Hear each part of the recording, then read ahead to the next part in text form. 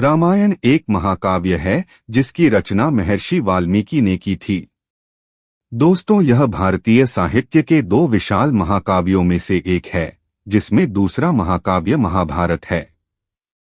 हिंदू धर्म में रामायण का एक महत्वपूर्ण स्थान है, जिसमें हम सबको रिश्तों के कर्तव्यों को समझाया गया है। रामायण महाकाव्य में एक आदर्श पिता, आदर्श पुत्र, आदर्श पत्नी, आदर्श भाई, आदर्श मित्र, आदर्श सेवक और आदर्श राजा को दिखाया गया है। इस महाकाव्य में भगवान विष्णु के रामावतार को दर्शाया गया है, उनकी चर्चा की गई है। रामायण महाकाव्य में 24,000 छंद और 500 सर्ग हैं, जो कि 7 भागों में विभाजित हैं। तो चलिए दोस्तों, आज हम आपको अपने पोस्ट में रामायण महाकाव्य के बारे में अर्थात रामायण की कहानी संक्षिप्त रूप में बतलाते हैं। 1. बालकांड।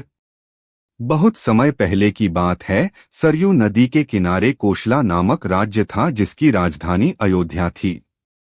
अयोध्या के राजा का नाम दशरथ था, जिनकी 3 पत्नियां थीं। उनके पत्नियों का नाम था कौशल्या, कैकई और सुमित्रा। राजा दशरथ बहुत समय तक निसंतान थे और वह अपने सूर्यवंश की वृद्धि के लिए अर्थात अपने उत्तराधिकारी के लिए बहुत चिंतित थे। इसलिए राजा दशरथ ने अपने कुल गुरु ऋषि वशिष्ठ की सलाह मानकर पुत्र कमेष्टि यज्ञ करवाया। उस यज्ञ के फलस्वरूप राजा दशरथ को 4 पुत्र प्राप्त हुए। उनकी पहली पत्नी कौशल्या से प्रभु श्री राम, कैकई से भारत और सुमित्रा से लक्ष्मण और शत्रुघ्न का जन्म हुआ। उनके चारों पुत्र दिव्य शक्तियों से परिपूर्ण और यशस्वी थे। उन चारों को राजकुमारों की तरह पाला गया और उनको शास्त्रों और युद्ध कला की कला सिखाई गई। जब प्रभु श्री राम 16 वर्ष के हुए, तब एक बार ऋषि विश्वामित्र राजा दशरथ के पास आए और अपने यज्ञ में विघ्न उत्पन्न करने वाले राक्षसों के आतंक के बारे में राजा दशरथ को बताया और उनसे सहायता मांगी। ऋषि विश्वामित्र की बात सुनकर राजा दशरथ उनकी सहायता करने के लिए तैयार हो गए और अपने सैनिक उनके साथ भेजने का आदेश दिया, पर ऋषि विश्वामित्र ने इस कार्य के लिए राम और लक्ष्मण का चयन किया। राम और लक्ष्मण ऋषि विश्वामित्र के साथ उनके आश्रम जाते हैं और उनके यज्ञ में विघ्न डालने वाले राक्षसों का नाश कर देते हैं। इससे ऋषि विश्वामित्र प्रसन्न होकर राम और लक्ष्मण को अनेक दिव्यास्त्र प्रदान करते हैं, जिनसे आगे चलकर प्रभु श्री राम और लक्ष्मण अनेक दानवों का नाश करते हैं। दूसरी ओर जनक मिथिला प्रदेश के राजा थे और वह भी निसंतान थे और संतान प्राप्ति के लिए वह भी बहुत चिंतित थे। तब एक दिन उनको गहरे कुंड में एक बच्ची मिली। तब राजा जनक का खुशी का ठिकाना न रहा और राजा जनक उस बच्ची को भगवान का वरदान मानकर उसे अपने महल ले आए। राजा जनक ने उस बच्ची का नाम सीता रखा। राजा जनक अपनी पुत्री सीता को बहुत ही अधिक स्नेह करते थे। सीता धीरे धीरे बड़ी हुई। सीता गुण और अद्वितीय सुंदरता से परिपूर्ण थी। जब सीता विवाह योग्य हुई, तब राजा जनक अपने प्रिय पुत्री सीता के लिए उनका स्वयंवर रखने का निश्चय किया। राजा जनक ने सीता के स्वयंवर में शिव धनुष को उठाने वाले और उस पर प्रत्यंचा चाहने वाले से अपनी प्रिय पुत्री सीता से विवाह करने की शर्त रखी। सीता के गुण और सुंदरता की चर्चा पहले से ही चारों तरफ फैल चुकी थी, तो सीता के स्वयंवर की खबर सुनकर बड़े बड़े राजा सीता स्वयंवर में भाग लेने के लिए आने लगे। ऋषि विश्वामित्र भी राम और लक्ष्मण के साथ सीता स्वयंवर को देखने के लिए राजा जनक के नगर मिथिला पहुंचे। जब सीता से शादी करने की इच्छा लिए दूर दूर से राजा और महाराजा स्वयंवर में एकत्रित हुए, तो स्वयंवर आरंभ हुआ। बहुत सारे राजाओं ने शिव धनुष को उठाने की कोशिश की, लेकिन कोई भी धनुष को हिला भी नहीं पा रहा था। उठाना तो बहुत दूर की बात है। यह सब देखकर राजा जनक चिंतित हो गए। तब ऋषि विश्वामित्र ने राजा जनक की चिंता दूर करते हुए अपने शिष्य राम को उठने का अनुमति दिया। प्रभु राम अपने गुरु को प्रणाम कर उठे और उन्होंने उस धनुष को बड़ी सरलता से उठाकर जब उस पर प्रत्यंचा चलाने लगे, तो धनुष टूट गया। राजा दशरथ ने शर्त के अनुसार प्रभु श्री राम से सीता का विवाह करने का निश्चय किया और साथ ही अपनी अन्य पुत्रियों का विवाह भी राजा दशरथ के पुत्रों से करवाने का उन्होंने विचार किया। इस प्रकार एक साथ ही राम का विवाह सीता से, लक्ष्मण का विवाह उर्मिला से, भरत का विवाह मांडवी से और शत्रुघ्न का विवाह श्रुतकीर्ति से हो गया। मिथिला में विवाह का एक बहुत बड़ा आयोजन हुआ और उनमें प्रभु राम और उनके भाइयों की विवाह संपन्न हुआ। विवाह के बाद बारात अयोध्या लौट आई। 2 अयोध्या कांड। राम और सीता के विवाह को 12 वर्ष बीत गए थे और अब राजा दशरथ वृद्ध हो गए थे। वह अपने बड़े बेटे राम को अयोध्या के सिंहासन पर बिठाना चाहते थे। तब एक शाम राजा दशरथ की दूसरी पत्नी का कैकई अपनी एक चतुर दासी मंथरा के बहकावे में आकर राजा दशरथ से 2 वचन मांगे, जो राजा दशरथ ने कई वर्ष पहले कई द्वारा जान बचाने के लिए कैकई को 2 वचन देने का वादा किया था। कैकई ने राजा दशरथ से अपने पहले वचन के रूप में राम को 14 वर्ष का वनवास और दूसरे वचन के रूप में अपने पुत्र भरत को अयोध्या के राज सिंहासन पर बैठाने की बात कही। कैकई की इन दोनों वचनों को सुनते ही राजा दशरथ का दिल टूट गया और वह कैकई को अपने इन वचनों पर दोबारा विचार करने के लिए बोले कि हो सके तो अपने यह वचन वापस ले ले। पर कैकई अपनी बात पर अटल रही। तब न चाहते हुए भी राजा दशरथ में अपने प्रिय पुत्र राम को बुलाकर उन्हें 14 वर्ष के लिए वनवास जाने को कहा। राम ने अपने पिता राजा दशरथ का बिना कोई विरोध किए उनकी आदेश स्वीकार कर लिया। जब सीता और लक्ष्मण को प्रभु राम के वनवास जाने के बारे में पता चला तो उन्होंने भी राम के साथ वनवास जाने की आग्रह किया। जब राम ने अपनी पत्नी सीता को अपने साथ वन ले जाने से मना किया, तब सीता ने प्रभु राम से कहा कि जिस वन में आप जाएंगे वही मेरा अयोध्या है और आपके बिना अयोध्या मेरे लिए नरक समान है। लक्ष्मण के भी बहुत आग्रह करने पर भगवान राम ने उन्हें भी अपने साथ वन चलने की अनुमति दे दी। इस प्रकार राम, सीता और लक्ष्मण अयोध्या से वन जाने के लिए निकल गए। अपने प्रिय पुत्र राम के वन जाने से दुखी होकर राजा दशरथ ने अपने प्राण त्याग दिए। इस दौरान भरत, जो अपने मामा के यहाँ ननिहाल गए हुए थे, वह अयोध्या की घटना सुनकर बहुत ही ज्यादा दुखी हुए। भारत ने अपनी माता कैकई को अयोध्या के राज सिंहासन पर बैठने से मना कर दिया और वह अपने भाई राम को ढूंढते हुए वन में चले गए। वन में जाकर भरत राम, लक्ष्मण और सीता से मिले और उनसे अयोध्या वापस लौटने का आग्रह किया। तब राम ने अपने पिता के वचन का पालन करते हुए अयोध्या वापस नहीं लौटने का प्रण किया। तब भारत ने भगवान राम की चरण पादुका अपने साथ लेकर अयोध्या वापस लौट आए और राम की चरण पादुका को अयोध्या के राज सिंहासन पर रख दिया। भरत राज दरबारियों से बोले कि जब तक भगवान राम वनवास से वापस नहीं लौटते तब तक उनकी चरण पादुका अयोध्या के राज सिंहासन पर रखा रहेगा और मैं उनका एक दास बनकर यह राज चलाऊंगा। 3 अरण्यकांड। भगवान राम के वनवास को 13 बरस बीत गए थे और वनवास का अंतिम वर्ष था। भगवान राम, सीता और लक्ष्मण गोदावरी नदी के किनारे जा रहे थे। गोदावरी के निकट एक जगह सीता जी को बहुत पसंद आई। उस जगह का नाम था पंचवटी। तब भगवान राम अपनी पत्नी की भावना को समझते हुए उन्होंने वनवास का शेष समय पंचवटी में ही बिताने का निर्णय लिया और वहीं पर वह तीनों कुटिया बनाकर रहने लगे। पंचवटी के जंगलों में ही एक दिन शूर्पणखा नाम की राक्षस औरत मिली और वह लक्ष्मण को अपने रूप रंग से लुभाना चाहती थी, जिसमें वह असफल रही तो उसने सीता को मारने का प्रयास किया। तब लक्ष्मण ने शूर्पणखा को रोकते हुए उसके नाक और कान काट दिए। जब इस बात की खबर शूर्पणखा के राक्षस भाई खर को पता चली तो वह अपने राक्षस साथियों के साथ राम, लक्ष्मण, सीता जिस पंचवटी में कुटिया बनाकर रह रहे थे वहां पर उसने हमला कर दिया। भगवान राम और लक्ष्मण ने खर और उसके सभी राक्षसों का वध कर दिया। जब इस घटना की खबर शूर्पणखा के दूसरे भाई रावण तक पहुंची तो उसने राक्षस मारीची की मदद से भगवान राम की पत्नी सीता का अपहरण करने की योजना बनाई। रावण के कहने पर राक्षस मरीचि ने स्वर्ण मृग बनकर सीता का ध्यान अपनी ओर आकर्षित किया। स्वर्ण मृग की सुंदरता पर मोहित होकर सीता ने राम को उसे पकड़ने को भेज दिया। भगवान राम रावण की इस योजना से अनभिज्ञ थे, क्योंकि भगवान राम तो अंतर्यामी थे, फिर भी अपनी पत्नी सीता की इच्छा को पूरा करने के लिए वह उस स्वर्ण मृग के पीछे जंगल में चले गए और माता सीता की रक्षा के लिए अपने भाई लक्ष्मण को बोल दिए। कुछ समय बाद माता सीता ने भगवान राम की करुणा भरी मदद की आवाज सुनाई पड़ी तो माता सीता ने लक्ष्मण को भगवान राम की सहायता के लिए जबरदस्ती भेजने लगी। लक्ष्मण ने माता सीता को समझाने की बहुत कोशिश की कि भगवान राम अजय हैं और उनका कोई भी कुछ नहीं कर सकता, इसलिए लक्ष्मण अपने भ्राता राम की आज्ञा का पालन करते हुए माता सीता की रक्षा करना चाहते थे।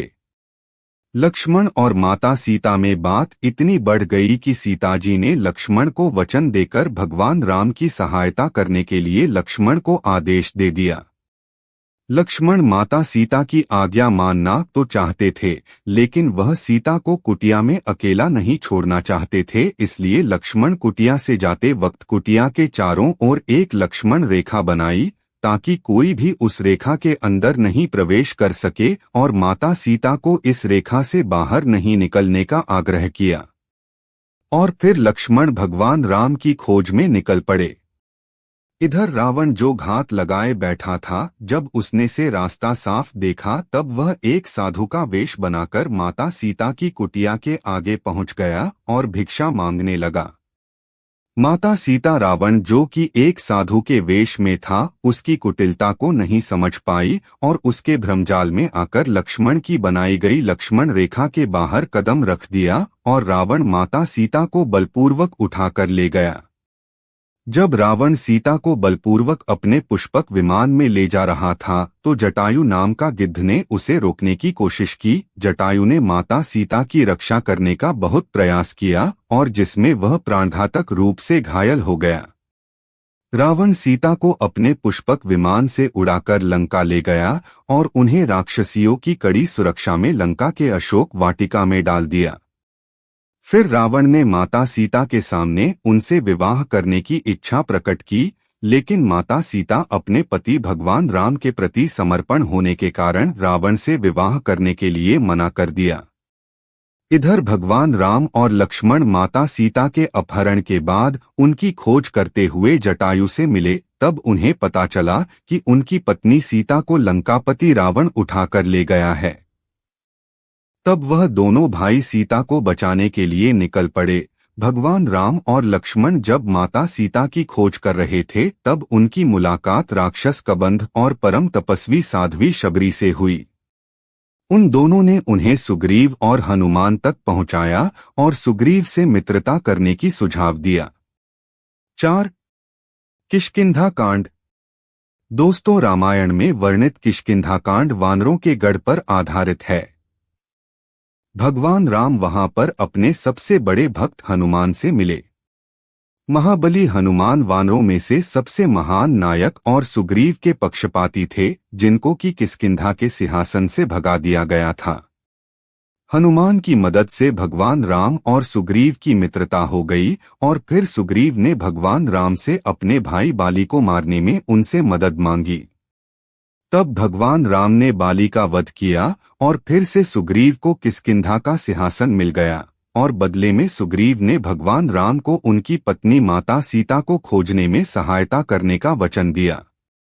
हालांकि कुछ समय तक सुग्रीव अपने वचन को भूलकर अपनी शक्तियों और राजसुख का मजा लेने में मग्न हो गया। तब बाली की पत्नी तारा ने इस बात की खबर लक्ष्मण को दी और लक्ष्मण ने सुग्रीव को संदेशा भेजवाया कि अगर वह अपना वचन भूल गया है तो वह वानरगढ़ को तबाह कर देंगे। तब सुग्रीव को अपना वचन याद आया और वह लक्ष्मण की बात मानते हुए अपने वानर के दलों को संसार के चारों कोनों में माता सीता की खोज में भेज दिया। उत्तर, पश्चिम और पूर्व दल के वानर खोजकर्ता खाली हाथ वापस लौट आए। दक्षिण दिशा का खोज दल अंगद और हनुमान के नेतृत्व में था और वह सभी सागर के किनारे जाकर रुक गए। तब अंगद और हनुमान को जटायु का बड़ा भाई संपाति से यह सूचना मिली कि माता सीता को लंकापति नरेश रावण बलपूर्वक लंका ले गया है। 5 सुंदरकांड। जटायु के भाई संपाति से माता सीता के बारे में खबर मिलते ही हनुमान जी ने अपना विशाल रूप धारण किया और विशाल समुद्र को पार कर लंका पहुंच गए। हनुमान जी लंका पहुंचकर वहां माता सीता की खोज शुरू कर दी। लंका में बहुत खोजने के बाद हनुमान को सीता अशोक वाटिका में मिली, जहां पर रावण के बहुत सारी राक्षसी दासियां माता सीता को रावण से विवाह करने के लिए बाध्य कर रही थी। सभी राक्षसी दासियों के चले जाने के बाद हनुमान माता सीता तक पहुंचे और उनको भगवान राम की अंगूठी देकर अपने राम भक्त होने का पहचान कराया। हनुमान जी ने माता सीता को भगवान राम के पास ले जाने को कहा, लेकिन माता सीता ने यह कहकर इनकार कर दिया कि भगवान राम के अलावा वह किसी और नर को स्पर्श करने की अनुमति नहीं देगी। माता सीता ने कहा कि प्रभु राम उन्हें खुद लेने आएंगे और अपने अपमान का बदला लेंगे। फिर हनुमान जी माता सीता से आज्ञा लेकर अशोक वाटिका में पेड़ों को उखाड़ना और तबाह करना शुरू कर देते हैं। इसी बीच हनुमान जी रावण के एक पुत्र अक्षय कुमार का भी वध कर देते हैं। तब रावण का दूसरा पुत्र मेघनाथ हनुमान जी को बंदी बनाकर रावण के समक्ष दरबार में हाजिर करता है। हनुमान जी रावण के दरबार में रावण के समक्ष भगवान राम की पत्नी सीता को छोड़ने के लिए रावण को बहुत समझाते हैं। रावण क्रोधित होकर हनुमान जी की पूंछ में आग लगाने का आदेश देता है। हनुमान जी की पूंछ में आग लगते हैं। वह उछलते हुए एक महल से दूसरे महल, एक छत से दूसरी छत पर जाकर पूरी लंका नगरी में आग लगा देते हैं और वापस विशाल रूप धारण कर किष्किंधा पहुंच जाते हैं। वहां पहुंचकर हनुमान जी भगवान राम और लक्ष्मण को माता सीता की सारी सूचना देते हैं। 6 लंका कांड। लंका कांड में भगवान राम की सेना और रावण की सेना के बीच युद्ध को दर्शाया गया है। भगवान राम को जब अपनी पत्नी माता सीता की सूचना हनुमान से प्राप्त होती है, तब भगवान राम और लक्ष्मण अपने साथियों और वानर दल के साथ दक्षिणी समुद्र के किनारे पर पहुंचते हैं। वहीं पर भगवान राम की मुलाकात रावण के भेदी भाई विभीषण से होती है, जो रावण और लंका की पूरी जानकारी वह भगवान राम को देते हैं। नल और नील नामक 2 वानरों की सहायता से पूरा वानर दल मिलकर समुद्र को पार करने के लिए राम सेतु का निर्माण करते हैं, ताकि भगवान राम और उनकी वानर सेना लंका तक पहुंच सके। लंका पहुंचने के बाद भगवान राम और लंकापति रावण का भीषण युद्ध हुआ, जिसमें भगवान राम ने रावण का वध कर दिया। इसके बाद प्रभु राम ने विभीषण को लंका का सिंहासन पर बिठा दिया। भगवान राम माता सीता से मिलने पर उन्हें अपनी पवित्रता सिद्ध करने के लिए अग्नि परीक्षा से गुजरने को कहते हैं, क्योंकि प्रभु राम माता सीता की पवित्रता के लिए फैली अफवाहों को गलत साबित करना चाहते हैं। जब माता सीता ने अग्नि में प्रवेश किया तो उन्हें कोई नुकसान नहीं हुआ, वह अग्नि परीक्षा में सफल हो गई। अब भगवान राम माता सीता और लक्ष्मण वनवास की अवधि समाप्त कर अयोध्या लौट जाते हैं और अयोध्या में बड़े ही हर्षोल्लास के साथ भगवान राम का राज्याभिषेक होता है। इस तरह से रामराज्य की शुरुआत होती है। 7 उत्तरकांड। दोस्तों, उत्तरकांड महर्षि वाल्मीकि की वास्तविक कहानी का वाद का अंश माना जाता है। इस कांड में भगवान राम के राजा बनने के बाद भगवान राम अपनी पत्नी माता सीता के साथ सुखद जीवन व्यतीत करते हैं। कुछ समय बाद माता सीता गर्भवती हो जाती हैं, लेकिन जब अयोध्या के वासियों को माता सीता की अग्नि परीक्षा की खबर मिलती है, तो आम जनता और प्रजा के दबाव में आकर भगवान राम अपनी पत्नी सीता को अनिच्छा से वन भेज देते हैं। वन में महर्षि वाल्मीकि माता सीता को अपनी आश्रम में आश्रय देते हैं और वहीं पर माता सीता भगवान राम के 2 जुड़वा पुत्रों लव और कुश को जन्म देती है। लव और कुश महर्षि वाल्मीकि के शिष्य बन जाते हैं और उनसे शिक्षा ग्रहण करते हैं। महर्षि वाल्मीकि ने यही रामायण की रचना की और लव कुश को इसका ज्ञान दिया। बाद में भगवान राम अश्वमेध यज्ञ का आयोजन करते हैं, जिसमें महर्षि वाल्मीकि लव और कुश के साथ जाते हैं। भगवान राम और उनकी जनता के समक्ष लव और कुश महर्षि वाल्मीकि द्वारा रचित रामायण का गायन करते हैं। जब गायन करते हुए लव कुश को माता सीता को वनवास दिए जाने की खबर सुनाई जाती है तो भगवान राम बहुत दुखी होते हैं। तब वहां माता सीता आ जाती हैं। उसी समय भगवान राम को माता सीता लव कुश के बारे में बताती हैं। भगवान राम को ज्ञात होता है कि लव कुश उनके ही पुत्र हैं। और फिर माता सीता धरती माँ को अपनी गोद में लेने के लिए पुकारती हैं और धरती के फटने पर माता सीता उसमें समा जाती हैं। कुछ वर्षों के बाद देवदूत आकर भगवान राम को यह सूचना देते हैं कि उनके रामावतार का प्रयोजन अब पूरा हो चुका है और उनका यह जीवन काल भी खत्म हो चुका है। तब भगवान राम अपने सभी सगे संबंधी और गुरुजनों का आशीर्वाद लेकर सरयू नदी में प्रवेश करते हैं और वहीं से अपने वास्तविक विष्णु रूप धारण कर अपने धाम चले जाते हैं। रामायण से हमें क्या सीख मिलती है? इस तरह महाकाव्य रामायण से हमें बुराई पर अच्छाई की जीत की सीख मिलती है, अर्थात बुरे करने वालों का हमेशा रावण की तरह अंत होता है। विविधता में एकता की भी सीख मिलती है, अर्थात राजा दशरथ की 3 रानियों को अलग अलग दिखाया गया है, फिर भी परिवार में एकजुटता बनी रहती है, जो कि दुख की घड़ी से बाहर निकलने में मदद करती है। इससे साथ ही रामायण से अच्छी संगति करने की सीख भी मिलती है। रामायण में अच्छी संगति के महत्व को भी बखूबी समझाया गया, जिस तरह कैकेयी अपने बेटे भरत से ज्यादा राम को चाहती थी, लेकिन अपनी दासी मंथरा के बहकावे में आकर राजा दशरथ से भरत को राजगद्दी और राम को 14 साल के लिए वनवास भेजने का वरदान मांगती है।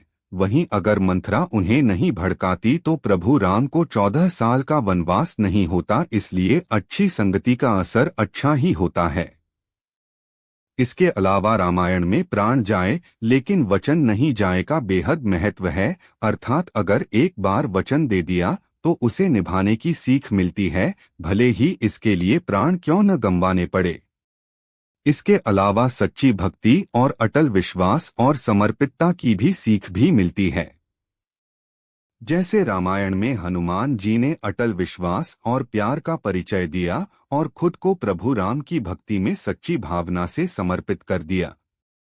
रामायण से सबसे साथ एक जैसे व्यवहार करने की सीख भी मिलती है, जैसे कि भगवान राम के विनम्र आचरण हम सबको सिखाता है कि हमें सबका सम्मान करना चाहिए। इसके साथ ही प्रभु राम ने जाति धर्म से ऊपर शबरी के प्रेम पूर्वक दिए गए झूठे बैरों का भी सेवन किया था, जिससे यह सीख मिलती है कि हम सब एक समान हैं और हमें जात पात की भावना को मिटाकर प्रेम से रहना चाहिए। इसके अलावा प्रभु राम के प्यार और दया के भाव से यही सीख मिलती है, हमें हमेशा दया करना चाहिए। त्याग, बलिदान, सेवा और स्त्रियों के सम्मान की भी सीख हमें रामायण से मिलती है।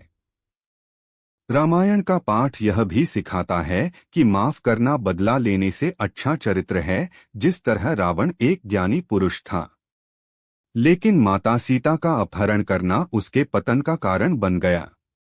इससे यह पता चलता है कि हम दूसरे के नुकसान पहुंचाने के चक्कर में बदले की आग में खुद को ही जला बैठते हैं।